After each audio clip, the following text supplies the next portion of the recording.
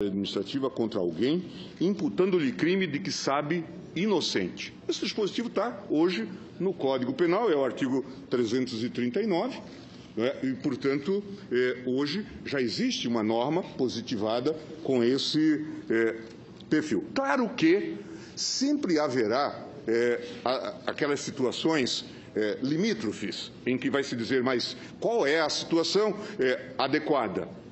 Ao lado dessas situações limítrofes, temos também as situações inequívocas de abuso. Quando alguém ficar preso, senador Requião, por 11 anos provisoriamente, creio que não há dúvida de que há abuso.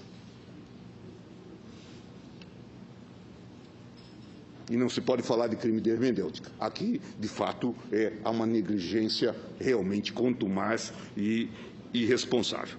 Então, a mim me parece que é oportuno que se discuta esse projeto com toda a abertura mental, com toda a abertura de espírito, e que se discuta nesse momento. Até porque operações vão continuar ocorrendo.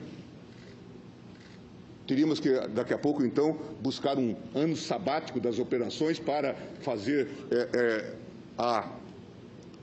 para que o Congresso pudesse deliberar sobre um tema como esse? Não faz sentido algum. O que todos nós temos que ter é a consciência de que devemos atuar dentro dos parâmetros estabelecidos. Se os senhores repararem, abram o artigo 5º, os senhores vão ver que desde o artigo 5º, inciso 35, até a sua parte final, são direitos processuais ou processuais penais. O que esta lei está fazendo é nada mais, nada menos do que estabelecer que esses direitos, que frequentemente são vilipendiados, não sejam mais vilipendiados, ou que se dê um instrumento de defesa, de proteção. E ela não foca necessariamente juiz, Ministério Público, atinge o guarda da esquina, onde se cometem abusos a toda hora. Recentemente eu participei de um curso de alunos do nível secundário sobre cidadania e colocando lá várias questões, valor da Constituição e tudo mais, e um deles me perguntou, menino que vem aqui do Paranoá, professor, o senhor sabe explicar por que a gente... E aí era um menino de cor. Por que a gente está vindo da escola com uma mochila e o carro da polícia nos vê e já manda a gente entrar no camburão?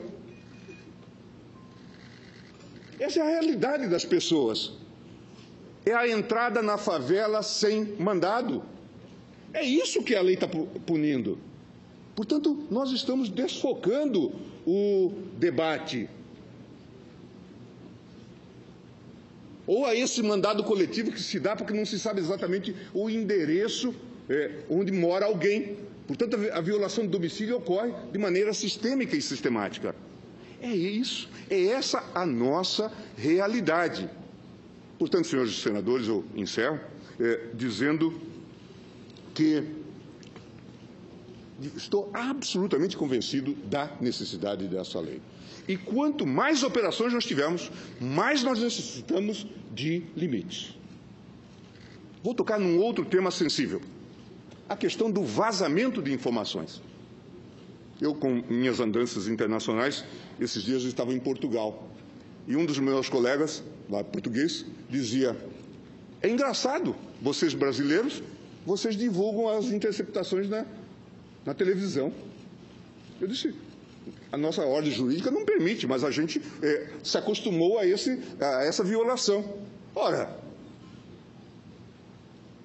ele não sabia, ele achava que a nossa Constituição e as leis autorizavam esse tipo de vazamento. Tantas vezes ele, passando pelo Brasil, tinha visto isso na Rede Globo. É preciso que haja limites para isso. De forma inequívoca. É preciso que a gente chame as coisas pelo nome. Eu encerro, presidente, dando uma palavra sobre as 10 medidas propostas na Câmara.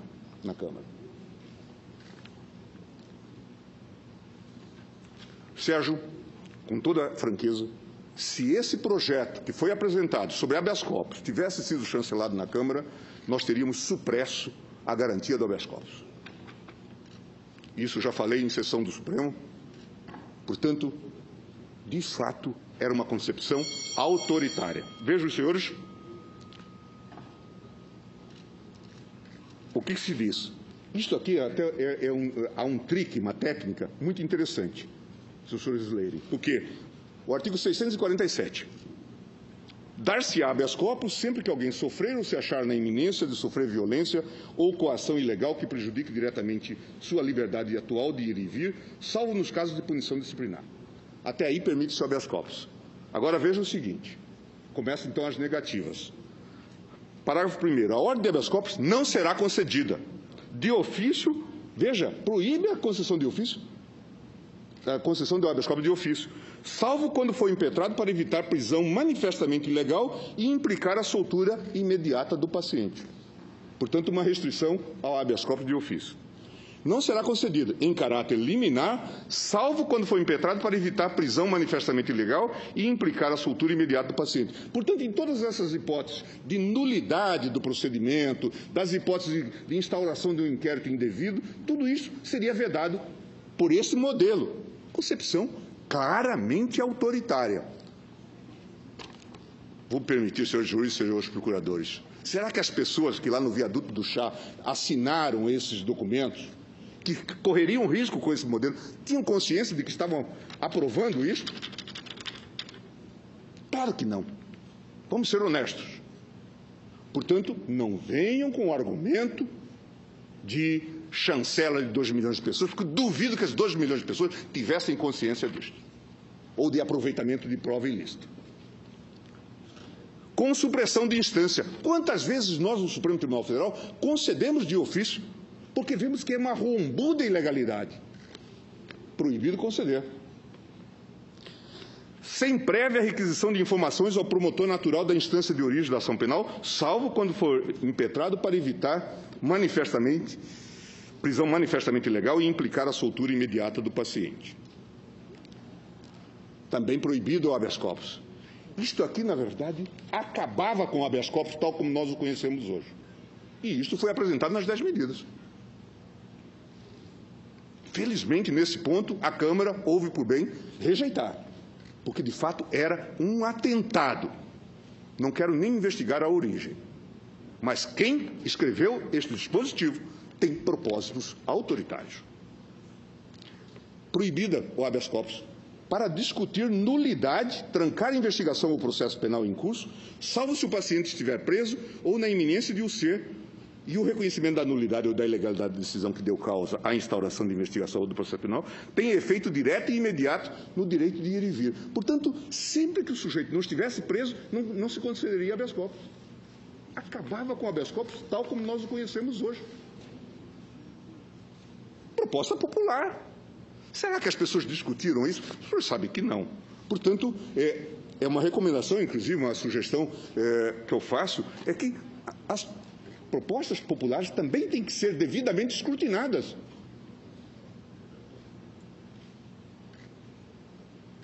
Sob pena de nós validarmos coisas como esta.